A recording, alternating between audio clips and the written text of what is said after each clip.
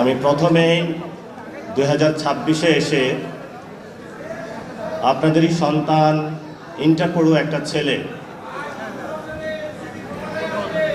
আপনাদের যাদের রক্তের উপরে দাঁড়িয়ে বাংলাদেশে আমরা পরিবর্তনের স্বপ্ন দেখেছিলাম, সেই স্বপ্ন ভঙ্গ হয়েছে। আলিফের আজকে চোখ নাই। গতকালকে তার সাথে দেখা করতে গিয়েছিলাম, তার একটি চোখে সে দেখতে পারবে না, আরেকটি চোখে এটাও এফেক্টেড হবে। ডাক্তার বলেছে ওইটাও রাখতে পারবে কিনা। তার মা বাবা খুবই অসুস্থ, ফ্যামিলিতে আরেকটা ভাই আছে। ও বারবার একটা কথা বলে যে আমাদের বাক স্বাধীনতা হরণ করা যাবে না। আজকে আমি আলিফের প্রতি সহমর্মিতা জানিয়েই এখানে ব্যান্ডেজটা লাগিয়েছি, বাংলাদেশকে দেখানোর জন্য যে যেখানে আমাদের একটি জুলাই সনদ বাস্তবায়ন হওয়ার কথা ছিল, যেখানে আমাদের যে ভাইদেরকে শহীদ করা হয়েছে তাদের হত্যাকাণ্ডের বিচার হওয়ার কথা ছিল, যাদের হাত কেড়ে নেওয়া হয়েছে, পা কেড়ে নেওয়া হয়েছে, চোখ কেড়ে নেওয়া হয়েছে, সেই মানুষগুলোর সুচিকিৎসা হওয়ার কথা ছিল, যেই ফ্যামিলিগুলো ক্ষতিগ্রস্ত হয়েছে তাদের ক্ষতিপূরণ পাওয়ার কথা ছিল, যেখানে একটা ইউনিটির কথা ছিল, সেখানে অনেকেই পকেটে নিয়ে টাকা নিয়ে হাঁটছে যে জুলাই শহীদ ফ্যামিলি বা আহতদেরকে টাকা দিয়ে ক্রয় করবে।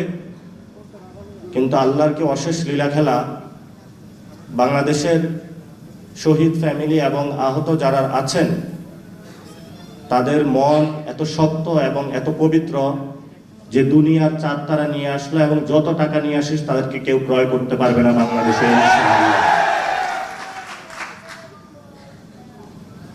আপনারা জানেন আমাদের 2026-এ এসে যে লড়াইটি, এক নাম্বার হলো বাংলাদেশের 70% মানুষ রায় দিয়েছে যে গণভোটের, সেখানে আমরা দেখেছি যে জুলাই সনদ বাস্তবায়নের পক্ষে।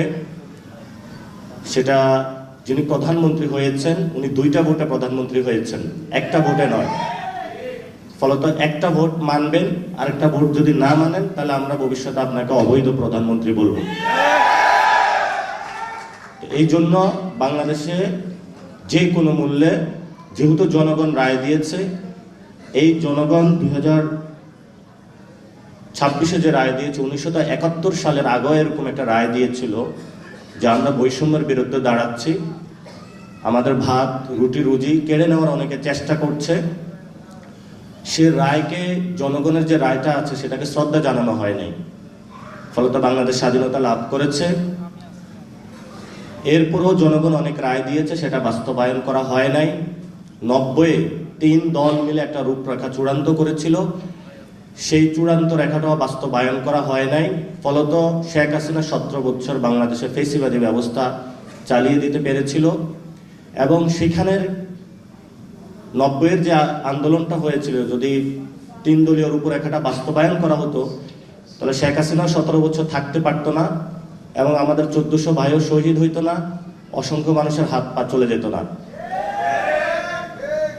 এবং অবশ্যই বাংলাদেশে যেহেতু জনগণ 70% জুলাই সনদের পক্ষে রায় জানিয়েছে, আমরা তারেক রহমানকে বলবো জনগণের রায়ের প্রতি শ্রদ্ধা পোষণ করুন এবং জনগণের ভিত্তির উপরে দাঁড়িয়ে রাজনীতি করুন। যে জায়গায় আপনি বসেছেন এটা আপনার চেয়ার না, এটা বাংলাদেশের শহীদ এবং শহীদ ফ্যামিলি এবং আহতদের চেয়ার। সেই চেয়ার দ্বারা যদি তাদের গণভোটের রায় বাস্তবায়ন না হয় তাহলে যারা শহীদ ফ্যামিলি এবং আহতরা সেই চেয়ার আপনার থেকে কেড়ে নেবে ভবিষ্যতে বাংলাদেশে। 2 নাম্বার, বাংলাদেশে সংস্কার বাস্তবায়ন হতে হবে। কেন হতে হবে? এই যে পুলিশের সামনে আলিফের চোখটা তুলে নেওয়া হলো, যদি পুলিশ আজকে সংস্কার হতো, কোনো দলীয় লেজুর ভিত্তি না করত, তাহলে আজকে আলিফের চোখটা চলে যেত না। যদি জুলাই সনদ বাস্তবায়ন হতো তাহলে এই ধরনের নগ্ন সন্ত্রাসী কার্যক্রম আমরা পথে দেখতাম না। সরকার একটা সংশোধন কমিটি গঠন করেছে, জুলাই সনদ বাস্তবায়ন করবে না এই মর্মে, এবং আমরা সরাসরি বলতে পারি যে বিএনপি জুলাইয়ের বিপক্ষে গিয়েছে। যদি বিপক্ষে না যাইতো তাহলে সংশোধন কমিটি তারা গঠন করতো না। যেহেতু তারা সংশোধন কমিটি গঠন করেছে, পার্লামেন্টে আমরা আরো কথা বলবো। যদি এটা পার্লামেন্টে চূড়ান্ত না হয়, ইনশাআল্লাহ বাংলাদেশে যত শহীদ ফ্যামিলি রয়েছে এবং যতজন আহত রয়েছে তাদের আদালতে জুলাই সনদের রায় বাস্তবায়ন হবে ইনশাআল্লাহ। 3 নম্বর, আপনারা জানেন আমাদের সার্বভৌমত্ব। এই গণ অভ্যুত্থানের পরে আরেকজন আমাদের বীর পুরুষ ছিলেন যিনি শহীদ হয়েছেন, শহীদ উসমান হাদি। উনি বাংলাদেশের আজাদির পক্ষে কথা বলেছিলেন, সার্বভৌমত্বের পক্ষে কথা বলেছিলেন, যাকে দুনিয়া থেকে সরিয়ে দেওয়া হয়। এই মানুষটা বিচার করা হবে বলে প্রধানমন্ত্রী প্রতিশ্রুতি দিয়েছিলেন। 5 মাসে তার কোনো প্রতিশ্রুতির বাস্তবায়ন দেখি নাই এবং ভবিষ্যতে দেখব বলেও আমরা আশা করি না তার থেকে। যে মানুষগুলো আহত হয়েছে, শহীদ হয়েছে, সেই মানুষগুলোকে মুক্তিযোদ্ধা মন্ত্রণালয় ব্যবহার করে 71-এর মুক্তিযুদ্ধের পরে এই মন্ত্রণালয় ব্যবহার করে অনেক কারসাজি হয়েছিল। এখন আমি বিভিন্ন গ্রামে গিয়েছি, 1 মিনিটে শেষ করব। আওয়ামী লীগের যতগুলা লোক আমাদেরকে খুন করেছিল, আপনাদের সন্তানদেরকে, তারা হলো বাহিরে ঘোরাফেরা করে সবাই। পুলিশও নিশ্চুপ, বিভিন্ন দলও নিশ্চুপ। আমরা যখন কথা বলতে যাই তারা বলে যে চুপ করে থাকেন, নাইলে চোখ উপড়ে ফেলবো। বললাম যে ভাই কি হয়েছে, একটু রাতের বেলা খোঁজ নেওয়ার চেষ্টা করলাম। প্রত্যেকগুলা সন্ত্রাসীর সাথে কারোর সাথে 10 লাখ টাকা, 12 লাখ টাকা, 15 লাখ টাকার বিনিময়ে ওসি এবং ওই জায়গায় যারা দলীয় নেতৃবৃন্দ আছে তারা ভাগ বটোয়ারা করে তাদেরকে জেল থেকে ছেড়ে দিয়েছে। এখন তারা এসে আহতদেরকে হুমকি দিচ্ছে, খায়া ফেলবো, মায়েরা ফেলবো, সব করে ফেলবো। আপনাদেরকে দেয় নাই? তাহলে আপনাদের জীবনের নিরাপত্তা কোথায়? জীবনের যদি নিরাপত্তা না থাকে, প্রধানমন্ত্রী না দিতে পারে, তাহলে আমরা কি আবার সেই শহীদের খাতায় নাম লেখাবো, নাকি আমাদের জীবনের নিরাপত্তা আমরা নিশ্চিত করবো বাংলাদেশে ইনশাআল্লাহ? আরেকটি বিষয় হলো, আমি অনেক জায়গায় গিয়েছি, অনেকে এসে কান্নাকাটি করে। ওসি, উপজেলা প্রশাসন থেকে শুরু করে বিভিন্ন জায়গায় আহত যদি কেউ পরিচয় দেয়, শহীদ ফ্যামিলি যদি কেউ পরিচয় দেয়, মনে হচ্ছে যে পৃথিবীতে সে সবচেয়ে অচ্যুত। প্রশাসন কথা বলে না। আপনারা তাহলে বাস্তব অভিজ্ঞতার সম্মুখীন হচ্ছেন। আমরা প্রশাসনের ভাইদেরকে বলবো, এখনো আপনাদের বিচার কিন্তু হয় নাই। প্রশাসনের মধ্যে অনেক খুনি আছেন এখনো লুকিয়ে। আবারও এখনো আহতদেরকে হলো 2 বছর পরে সহ্য করতে পারেন না, শহীদ ফ্যামিলিদেরকে।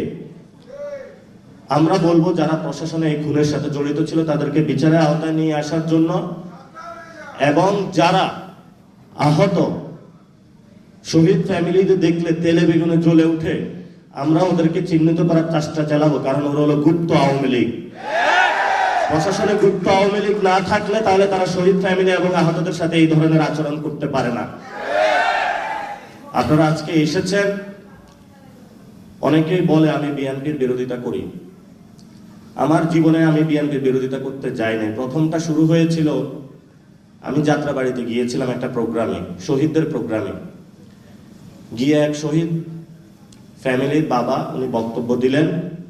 ওনাকে 10 লাখ টাকা অফার করা হয়েছে ওই দলের শহীদ ক্যাটাগরিতে নাম লেখানোর জন্য, 1 নম্বর। 2 নম্বর হলো ওই দিন তারা একটা তালিকা প্রকাশ করে। তারা বলে যে বিএনপির হলো 447 জন বা 547 জন, এরকম একটা তালিকা প্রকাশ করে যে আমাদের দলীয় শহীদ হলো এতজন। আমি বাসায় এসে একটু ঘাটাঘাটি করলাম। ঘাটাঘাটি করে দেখি এই দাবিটা সত্য নয়। এরপর থেকে আমি এই জনযুদ্ধ শুরু করলাম। যারা বাংলাদেশের শহীদদেরকে দলীয় বানাইতে চায় তারা বাংলাদেশের শহীদদেরকে ধারণ করবেও না, আর জুলাই সনদকেও ধারণ করবে না। তাদের নামে এখন এই যুদ্ধ শুরু হয়ে গেল। এখন অনেকে বলে যে চুপ করে যাবেন, হামলা চালাবো, মামলা দিব। তো আমার এতদিন 2টা কথা ছিল, হয়তো কবর অথবা জেল। গতকালকে আমিরে জামাত আরেকটা কথা স্মরণ করিয়ে দিলেন, জায়না গড় হইতে পারে। তো হয়তো বড় জেল অথবা ছোট জেল অথবা কবর। ওরা আমাদেরকে ভয় দেখায়। ভয় দেখায় কি বাংলাদেশের কাউকে নিবৃত্ত করতে পারবে? আপনারা সবাই জীবিত আছেন না? লড়াই হবে, স্বাধীনতা আসবে, সংস্কার হবে, বিচার হবে ইনশাআল্লাহ আপনাদের নেতৃত্বই হবে, যেভাবে আপনারা নেতৃত্ব দিয়েছিলেন 24-এ। আমরা আপনাদের নেতৃত্বে কাজ করতে প্রস্তুত আছি, মাঠ ছাড়া যাবে না। জুলাই সনদ বাংলাদেশে হবে, গণভোটের রায় বাস্তবায়ন হবে, বিচার হবে, তারপরে আমরা বাসায় যাব। এর আগে 1 সেকেন্ডের জন্য আমরা বাসায় যাব না ইনশাআল্লাহ। রাজপথে সেই লড়াইয়ের প্রস্তুতি নিন। আর এখানেই লেখা আছে, আলিফের চোখ ফিরিয়ে দে। ফেরত দিতে পারবে? কোথায় থেকে দিবে? নিজেরই তো চোখ নাই। চোখ থাকলে কি আলিফের সেই মায়া কান্নাটা দেখতো না? আলিফকে হসপিটালে দেখতে যাইতো না? আলিফের চিকিৎসার ব্যবস্থা করতো না? করেছে? যার চোখ থাকে সে অন্যকে চোখ দিতে পারে। আমরা সরকারকে বলবো, আলিফের চোখ ফেরত দিন। আমরা বাংলাদেশে আর কোনো সন্ত্রাসী কার্যক্রম চাই না। বাংলাদেশে আপনারা যা করছেন, পুরো বাংলাদেশে এটা আইন শৃঙ্খলা আপনাদের হাতে তুলে দিয়েছেন। আমরা স্বরাষ্ট্রমন্ত্রীকে বলবো, আপনি যদি আইনের রক্ষক নাকি বক্ষক, এটা আমরা আপনাকে প্রশ্ন তুলতে চাই। পুরো বাংলাদেশে স্বরাষ্ট্রমন্ত্রীকে বলবো, এস আলমের পিছনে ঘোরাঘুরি না করে যারা আহত ভাই হয়েছে তাদের বিভিন্ন জায়গায় নিরাপত্তা দেন। যারা খুন করেছে যে ব্যবসায়ী, আপনি তাকে নিরাপত্তা দেন। আর যে খুনি তাকে ছেড়ে দিয়েছেন, সে আইসা হলো আহতদের ধমক দেয়। এই হলো আপনার নতুন বাংলাদেশ, এই হলো নতুন সংবিধান। আমরা চাই বাংলাদেশটা পরিবর্তন হোক। এই পরিবর্তনের যাত্রায় আপনারা সবাই ঐক্যবদ্ধ থাকবেন। আমরা আপনাদের সন্তান হিসাবে আপনাদের প্রতিনিধি হয়ে কাজ করব, আপনাদের আন্ডারে কাজ করব। সবাই দোয়া করবেন। আসসালামু আলাইকুম রহমতুল্লাহ ওয়া বারাকাতুহু।